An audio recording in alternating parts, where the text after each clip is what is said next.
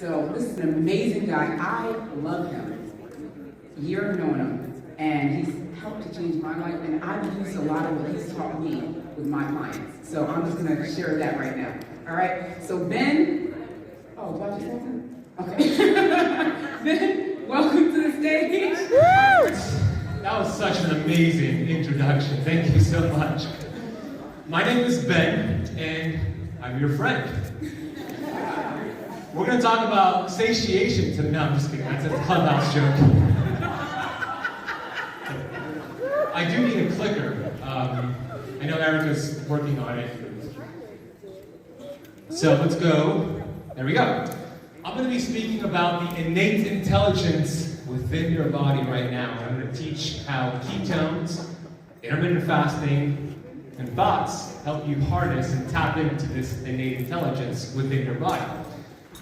So I'm excited to be with you today. I'll do this until I get a clicker. If you've ever been affected by cancer or heart disease, I want you to stand up right now.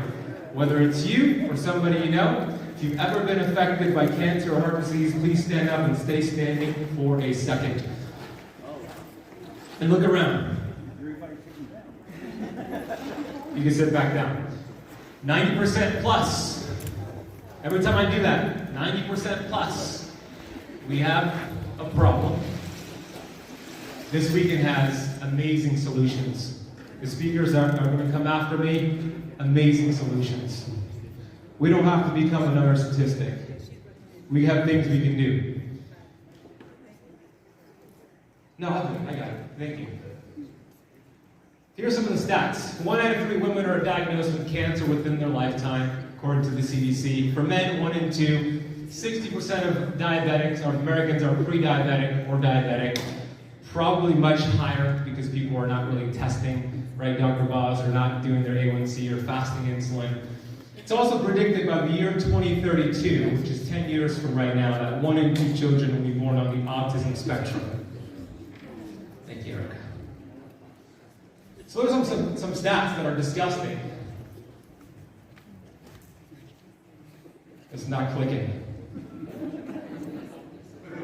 This is from Harvard.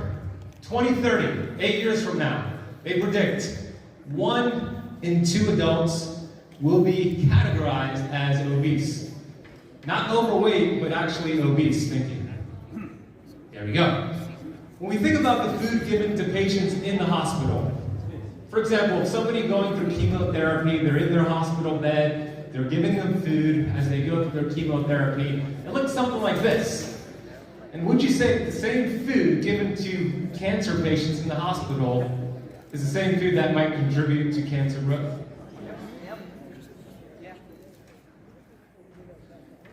When you look at hospitals, for example, why are there McDonald's and Burger Kings and Wendy's inside of the hospital? Right? Does that make any sense? Right, Rachel? It's wild. Absolutely wild. That's because human beings are the only species smart enough to create their own food and dumb enough to actually eat it.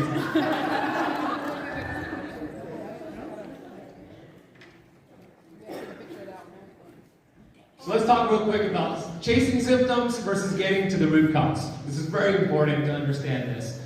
Imagine this scenario, that's what it says, it's a little cut off. Let's say last night, this is not any of you, hypothetically, you ate an entire pizza, an entire pineapple, 2 slices of cheesecake, spaghetti and meatballs, 200 prunes, 50 strawberries, a pound of cheese, and let's throw in some sauerkraut. And you wake up today, and you feel like crap. You got indigestion, you got a lot of symptoms, acid reflux, bloating. So you're like, man, I gotta do something about this. I'm gonna call my conventional doctor. So you make an appointment, and you're like, Doc, I got all these digestive symptoms going on. And you explain all of it. And your doctor says, this doctor says, oh, no worries. Here's an anti-flatulent. Here's 5 other prescriptions, and go on with your way. You're gonna feel better taking this. Now, wouldn't it have been great if the doctor would have just said, what did you eat last night? Right. Don't do that again. Because symptoms are actually a good thing. Symptoms are feedback. It's a feedback from your innate intelligence showing you something is wrong in your body. I want to give you a perfect example. I used to be obese. Some of you know my story. I never had a weight problem. Nobody in this room, nobody in the history of this world has ever had a weight problem. It is a weight symptom. You look at the cause, you take care of the cause, and the symptom goes away by default. That's why cutting calories doesn't work. It's just chasing symptoms. Symptoms are a gift from your innate intelligence to show your body something is wrong. I drove here from Miami, like you two did, I-95 up the road, 3.5 hours. Imagine my check engine light turning on about an hour into the drive. Am I going to just look at that symptom and say, oh, that's okay, let me put a Band-Aid over that and keep driving? That's going to be a problem. That's a gift from the car telling me something's wrong, open up the hood. Symptoms are a gift from your body telling you something's wrong, open up the hood. A lot of the information we have learned, we need to unlearn. And that's why I love this quote. The illiterate of the 21st century cannot be those who cannot read and write, but those who cannot learn, unlearn, and relearn. Dr. Ken Berry is a perfect example of this. A lot of the training he got, unlearn, relearn, and is educating so many, helping so many more people as a result. Intellectuals solve problems, geniuses prevent them. Raise your hand if you're a genius in here. Raise it. You are, because it's Saturday and you're here at the Hilton, learning about keto. Two types of people out there. 97%ers looking for shortcuts, toxic pills and surgery, microwave thinking. And then we have us, 3%ers, looking for a lifestyle change. Triple J, 3%er, reversing diabetes, right? Give them a round of applause. That's a gem. A 3%er, they get diagnosed with a terminal illness from their doctor, and they look at their doctor and say, actually, your ability to help me is terminal, and they go on to heal themselves. Yeah. That's the mentality we want. Lifestyle change, not just a fad diet, which we're going to talk about. Keto is not. So let's talk about the innate intelligence. Is there a timer here so I know where? I got you. You got me? Okay, give me like a 15-minute when I have 15 minutes left, please. The innate intelligence sits within your body, and I'm going to explain this to you in a way where it's really going to be like mind-blowing. For many years, scientists believe that your intelligence within your cells was your DNA nucleus.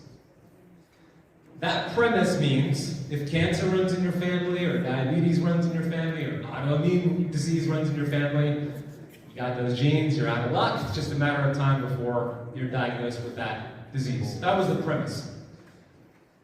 I don't like that premise because it makes you a victim of your heredity, of your genetics. And while we cannot change the genes we're born with, many of you know about epigenetics, and that's what really runs the show.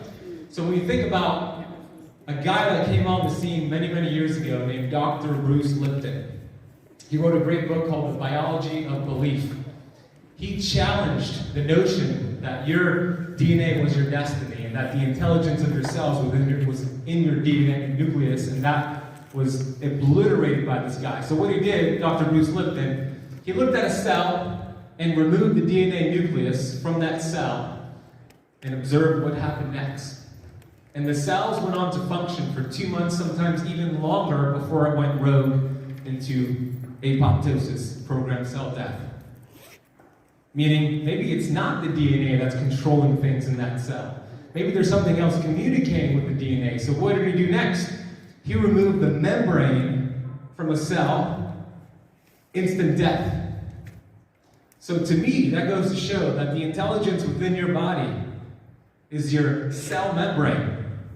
The bodyguard of your cells, if you're taking notes, the cell membrane is the bodyguard of your cells. It communicates with your DNA to upregulate certain genes, downregulate certain genes. And what's the cell membrane made of?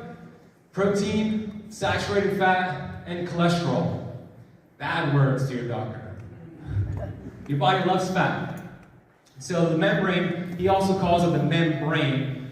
And here's how it works. You have these little receptor sites called integral membrane proteins. There's about 30,000 on a single cell. And there's an environmental stimulus that binds to those receptor sites. Environmental stimulus could be food, oxygen, thoughts, toxins. That chemical reaction takes place and it reaches the cell nucleus. And then a gene becomes expressed. That's exactly how epigenetics works. And Dr. Bruce Lipton believes 99% of all disease is epigenetic related, lifestyle related, meaning less than 1% of all disease is strictly genetics. It's very empowering to hear that information because it puts you in control. Now, inside of your cells, you have the mitochondrion, which is a single mitochondria. And let's talk about the importance of that. And I'm going to ask you a question, and all the other speakers can't answer this question because they know the answer. Which cells inside of the body have the highest concentration of mitochondria? Who wants to shout out some guesses? Who said the brain? You're smart. Oh, Autumn, of course, Autumn. You're right, it is the brain. Give her a round of applause. Good job, Autumn. So the mitochondria, very important, helps your cells produce energy. It's way more than that, but if you think about this, the number one priority for your human body, the number one priority for the innate intelligence is survival. The cells that are most needed for survival are the cells that have the most mitochondria. Think about the brain. There's regions of the brain that have over 1 million mitochondria in a single cell. The brain's important, of course, for finding your predator or running away from your predator. But the heart's up there. Heart's important for survival. The eyeballs are up there. The ovaries are up there, reproduction. So all the body wants to do is survive. And the mitochondria are that important. The cells that are most needed for survival are the cells with the most mitochondria. And we know the mitochondria produces energy. It takes glucose, fatty acids, amino acids. It produces ATP, which is adenosine triphosphate. Think of that as the gasoline energy currency within your cells. But the mitochondria are much more than just energy producers. Dr. Robert Navio, you might want to check out his work. Over the last few years, he put out a lot of great content, a lot of great research, that the mitochondria have their own intelligence and act as surveillance systems inside of your body. And if there's too much stress inside of your body, chemical, physical, emotional, the mitochondria shut down energy production for survival. It's called cell danger response. Long haul COVID symptoms, cell danger response. Autoimmune disease, cell danger response. It's estimated by the age 70, about 70% of mitochondria is estimated to be lost. So let's talk about glucose and ketones as it relates to the mitochondria and how ketones actually help your mitochondria. Now, looking at this image, which option is going to get you farther? Of course, it's the badass one on the right. But what does that mean? Well, when you look at the electron transport chain, all that means is how your body produces energy.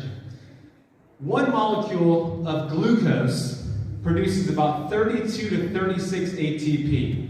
The same molecule, but for ketones, produces 400% more ATP. That's why when you do keto, you feel so great. It's like a superpower. I call it the great land of ketosis. How many of you could relate to that? Raise your hand.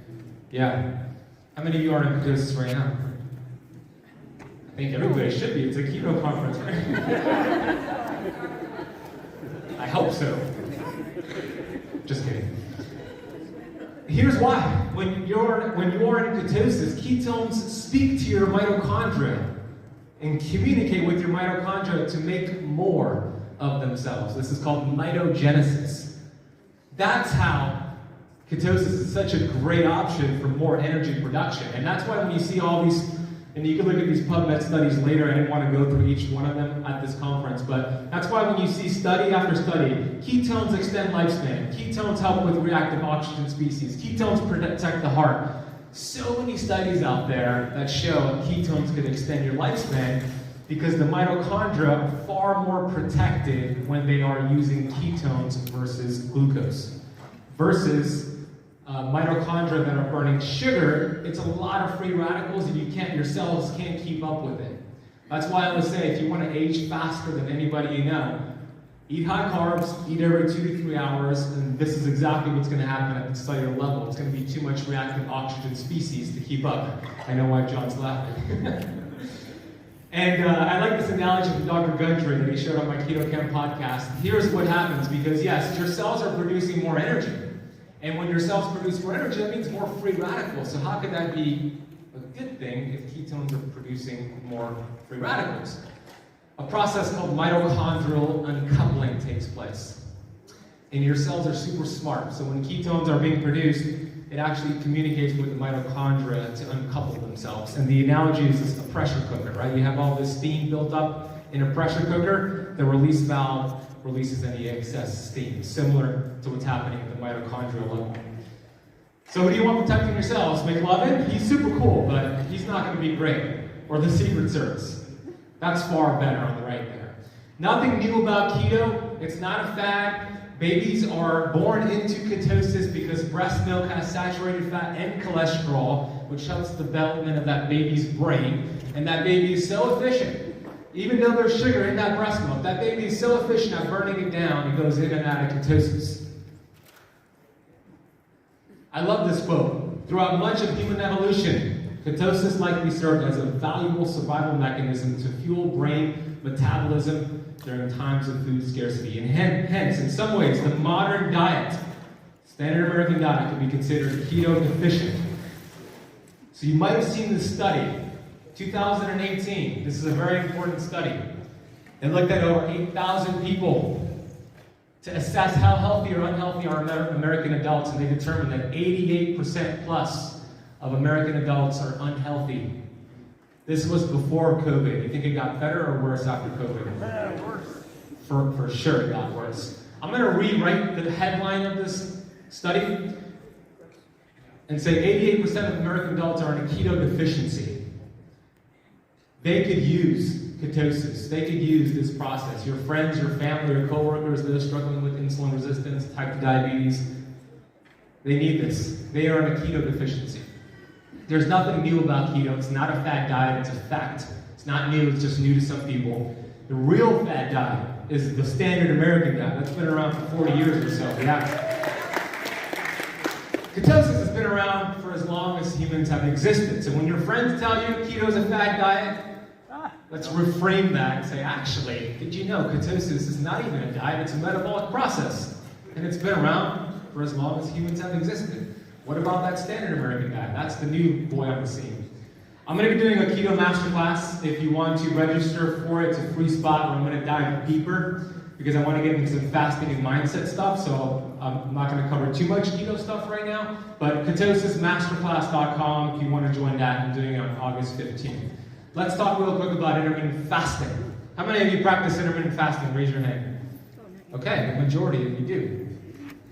They go hand in hand, keto and intermittent fasting. And I love intermittent fasting, especially what it does for your gut. And nothing new about fasting. Ancient Romans, super cool story. Back then, they didn't know what an epileptic seizure was. So when individuals were having seizures back then, they thought they were being possessed by demons. So they would take these individuals, lock them into a room, no food, no water, come back 5 hours later, and they would be totally fine. They thought they were starving the demons out of them. What do? They forced them into ketosis. And we now know, through research, that ketones are fantastic for epileptic seizures. Right? This is a long time ago where they used fasting and ketosis for healing. Pythagoras would require his students to fast for 40 days before they could enter his course because he knew they would be in a peak mental state. I don't have the slide, I'm just thinking about a slide that I didn't put in here, but what do you think the Guinness World Record is for the longest fast? How many of you know that one? Laura can answer.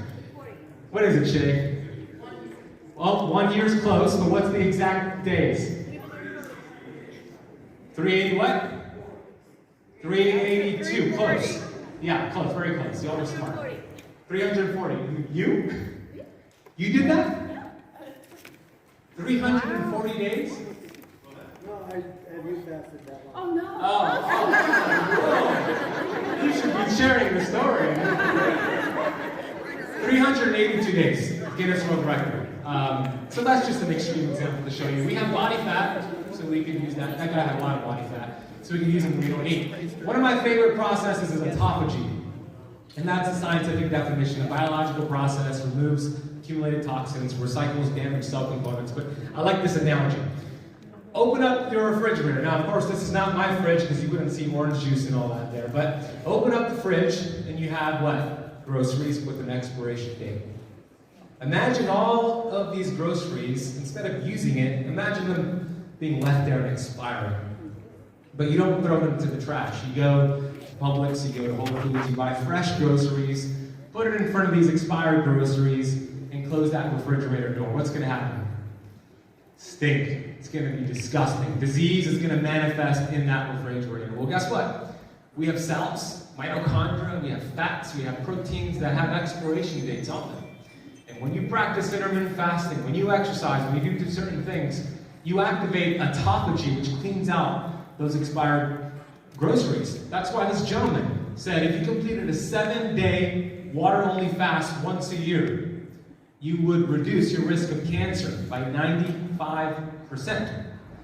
That is a powerful statement from a very smart man from Boston College. That's because of this maximum autophagy process. He's literally seeing tumors shrink before his eyes with this process. Now, I love what fasting does for the gut. And Hippocrates was right when he said this a long time ago. All disease begins in the gut. And we have studies now, especially the study that was really interesting that came out of Harvard in 2020, showing that all disease begins in the leaky gut, the role of zonulin-mediated gut permeability in the pathogenesis of chronic inflammatory diseases. So let's unpack this real quick and how fasting can help with this. Fasting is one of the best ways to reset a damaged digestive system. I'm going to give you an analogy here. I'm going to name her Sandra. If your name is Sandra, I'm not talking about you. Sandra works at a corporate job, 9 to 5, every day. She puts in 8 hours every single day. And let's say Sandra put in 8 hours of work. It's 5 p.m. She's exhausted. She's walking out to her car, ready to go home and just relax, reset. And as she's getting to her car, she gets a phone call. Sandra, we need you to come back in and work on a new project that just came in and work for another 5 hours. And Sandra's like, damn it. So she goes back to her cubicle, puts in 5 hours of work, goes back to her car, 10 p.m. at night now, she gets the same phone call. Sandra, we need you to come back in for another 5 hours. Imagine this happening to her day after day, week after week. That's exactly what's happening to our digestive system when we eat too frequently. We don't give it a break. So one of the leading causes to indigestion, gas, bloating, and leaky gut leads to disease, as that study just showed. So fasting resets your gut because it takes massive amounts of energy, blood flow, and resources to process a meal. Think about the last time you had a Thanksgiving feast or a holiday feast. Was your immediate thought, I'm ready to go get some work done, I'm focused? No, you're laughing because your immediate thought was, let's go to the couch and watch some sports and go become a couch potato, because it takes a lot of energy to process a meal. My colleague, Dr. Don Klum, did a patient population survey, and he determined that the average American is eating 17 to 23 times per day. Holy cow. Meaning, think about it, a handful of almonds, the bite of the protein bar, the sip of the kombucha, that's a meal to the body. You're raising glucose and insulin. The average American, according to his patient population study, 17 to 23 times per day. Fasting also helps with digestive issues. This one showed intermittent fasting promotes bacterial clearance and intestinal IgA production in salmonella-infected mice.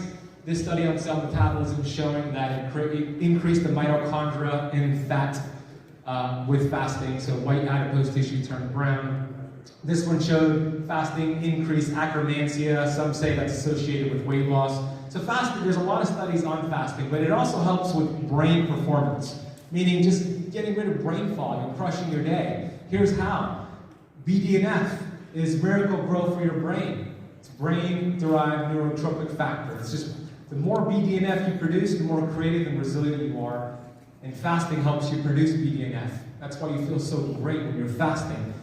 And this study showed intermittent fasting results in the production of brain-derived neurotropic factor, which increases the resistance to neurons to the brain, in the brain to dysfunction and degeneration in animal models of neurodegenerative disorders. BDNF signaling may also mediate beneficial effects of intermittent fasting on glucose regulation and cardiovascular function. That's a mouthful. Counter-regulatory hormones. Here's something cool. When you're in a fasted state, innate intelligence. What did I say earlier? Number one priority is survival. So innate intelligence thinks, whoa, 16 hours into a fast, 18 hours into a fast, we must be going through a famine. Your body doesn't know about Whole Foods and Uber Eats and DoorDash. It doesn't understand that. So this we're genetically hardwired to go through this. And your innate intelligence thinks we need to keep this body alert and focused to go out there and hunt and kill. So you have counter-regulatory hormones. Insulin drops, sympathetic tone goes up, you have human growth hormone, you have glucagon, and others. And this is your body, your innate intelligence, literally pumping you full of energy, so you go out there and hunt and kill. But you're going to use it to just crush your day. That's why fasting is such a great tip for energy levels and focus. And of course, blood flow, because you're not eating a meal. Now, I got through keto and fasting, and now I have the most important part of my lecture. How much time do I have, Erica? 15 minutes. Perfect. All right. This is the best part of the lecture, so I'm so glad y'all stayed for this. Honestly. Neville Goddard, we are only limited by weakness of attention and poverty of imagination. Keto's great, intermittent fasting is fantastic, learning about macros and your proper intermittent fasting schedule and exercise, all that's great. But 95% of your success is mindset. Only 5% comes from strategy. Now, that strategy needs to be damn good, and you're learning a lot about that this weekend, but 95% of your results have to do with inner sizing.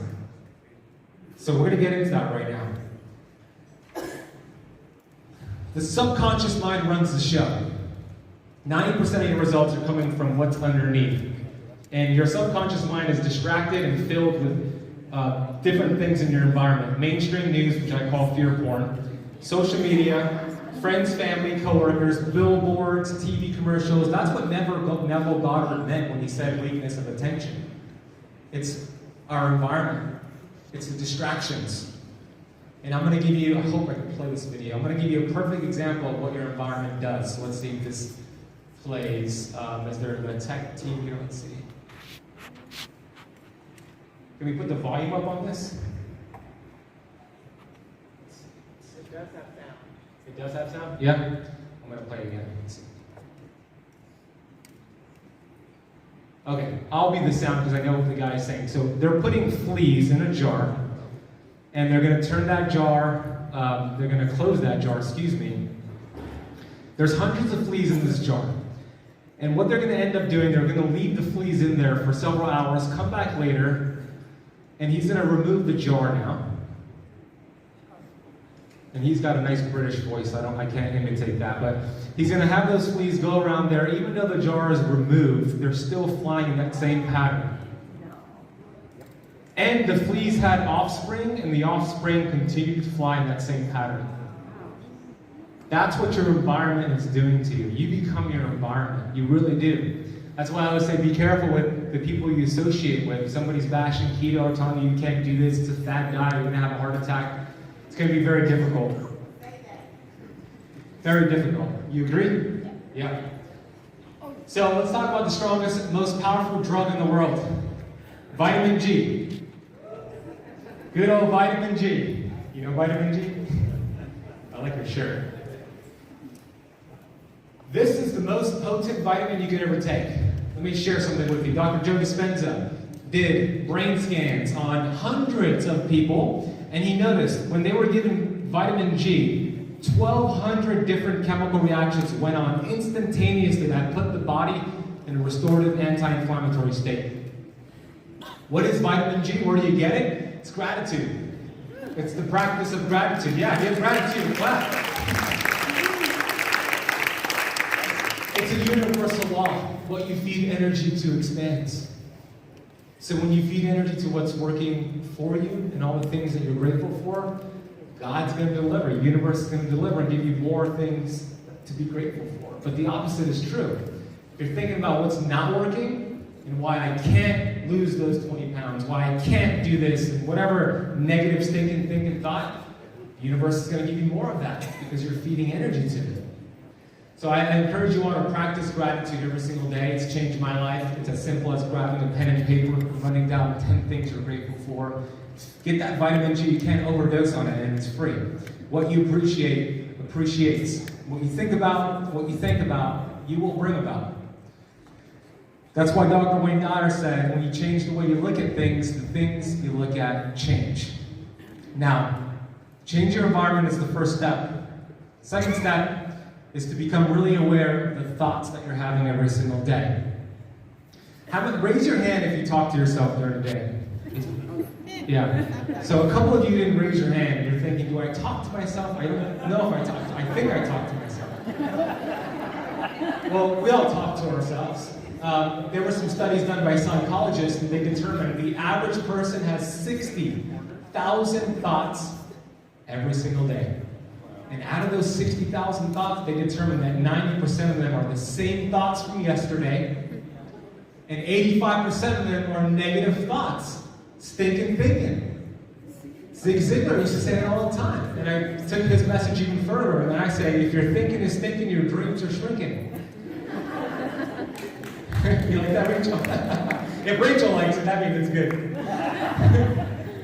I already asked you this question, but let's do a perfect example of why mental activity is not the same thing as thinking, okay? Some of you have done this with me before, so I'm not going to be able to get you. Some of you have not done this, but on the count of 3, we're all going to say the word silk out loud 5 times in a row. We're going to say silk, silk, silk 5 times in a row. On the count of 3. 1, 2, 3. Silk, silk, silk, silk, silk. What do cows drink? Milk. That was, most of you said milk. They drink water. They don't drink milk. They produce milk. Don't worry. It got me when I first did it too. Perfect, silly example to show you that we're not really aware of our thoughts. We're just, doing whatever's going through the motions. And mental activity is not the same thing as thoughts, right? Put your right arm like this. Put it by your neck here. On your neck. Where's your neck? The neck's here.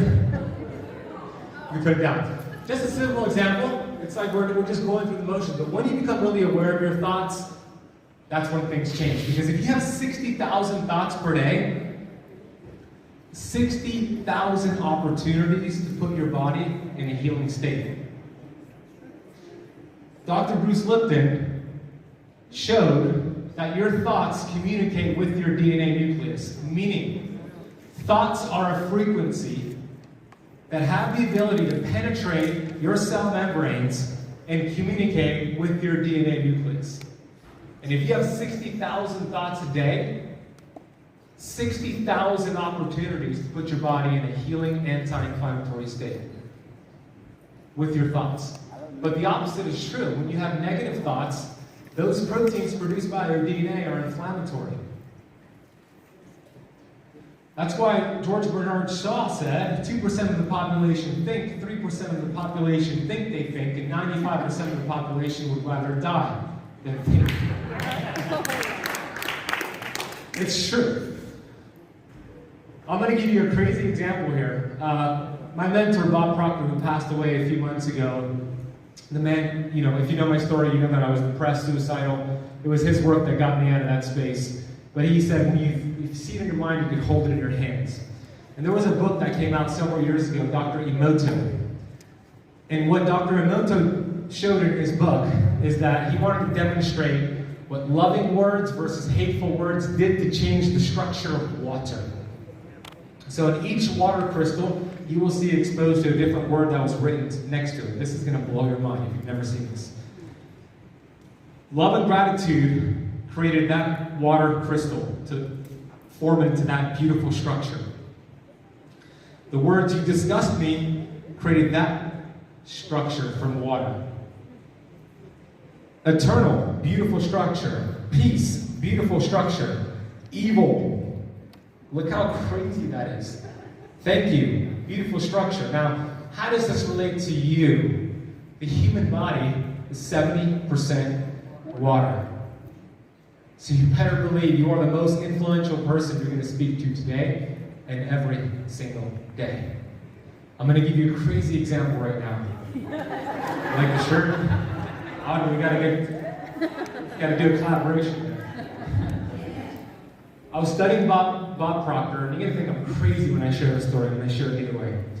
I was studying Bob Proctor a few months ago, like I always do, and Bob was talking about being in the backseat of a car, 1970 something, looking at clouds and making clouds disappear with his thoughts.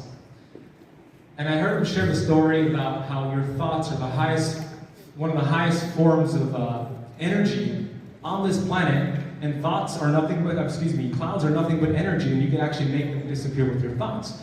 So I thought, all right, Bob, I love you, but I think you're losing me. So I immediately went into my balcony in my apartment, and I chose a cloud, and I'm staring at this cloud, and I'm thinking, do I blink? I gotta blink. Should I blink? Is that gonna mess it up?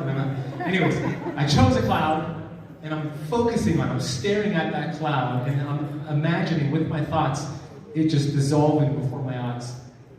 And in less than 60 seconds, the cloud disappeared before my eyes. And I ran into my bedroom and I told my fiancée, Natasha, I just made the cloud disappear with my thoughts. She's like, what are you talking about? So I told her, let's go outside, pick a cloud. And she picked a cloud, made it disappear. And again, and again, and again. I'm 100% with those clouds. That's how powerful your thoughts are. And I encourage you, later on today, go out there, pick a cloud, choose a small one, stare at it, and make it disappear with your thoughts. And if you do it, I want to hear your results with that. That's how powerful your thoughts are. And then the last part here as I wrap up my presentation, it's very important for your health. Stop following the crowd. Start following your purpose. And in the absence of clearly defined goals, we become strangely loyal to performing daily trivia until ultimately we become enslaved by it. That's a good quote, right? Yeah. Yeah. What would you say is the number one cause of why people have their first heart attack or stroke? Good, yeah. Most people would say obesity, smoking, bad fats, cholesterol. But there was a book that came out in 1989, and it predicted when individuals had their first heart attack. And here's what the book showed, the study. Most heart attacks take place in the United States Monday morning between 8 and 9 a.m. That's the majority of when people have their first heart attack, 85% of the time. From going to jobs they hate. That's why I said it's so important to live on purpose with your purpose. It gives you this vitality, this youth. I mean, for those of you who are living on purpose with your purpose, you know exactly what I mean. It's one of the best things you can do for your health. Most people, they tiptoe their way through life, hoping to land safely on death's door. I don't have time to share this story, but here's what I want to leave you with. Here's some stats. The odds of winning the national lottery is 1 in 176 million. But you still buy a ticket. The odds of getting into a plane crash is 1 in 3.7 million. But you still take the flight. Many of you flew here. The odds of getting into a car accident is 1 in 4,000. You still drive. But the odds of being born on planet Earth and even existing today is 1 in 400 trillion. But you're asking, is your life worth living? You're asking, am I good enough? You're giving your body food. You're doing things that make you unhappy and giving your body crappy food. One day you're going to wake up. There's not going to be any more time to do the things you always wanted to do. Do it now. Because we want to take one day. I'm going to do what I learned from Dr. Murray, with Dr. Boss. I'm going to do what I learned at this conference. One day I'm going to do that. That's not the right mindset. We want to take one day, we want to turn one day into day one. Today is the day. Today is the day.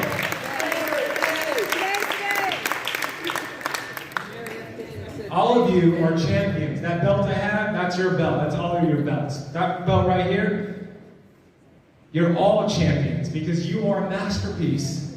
Because you are a piece of the master. God created you to heal. Woo! Don't ever forget that. That's my social media. I want to say thank you for your energy and attention. I love every single one of you. I've got a lot of vitamin G for you all. Thank you so much.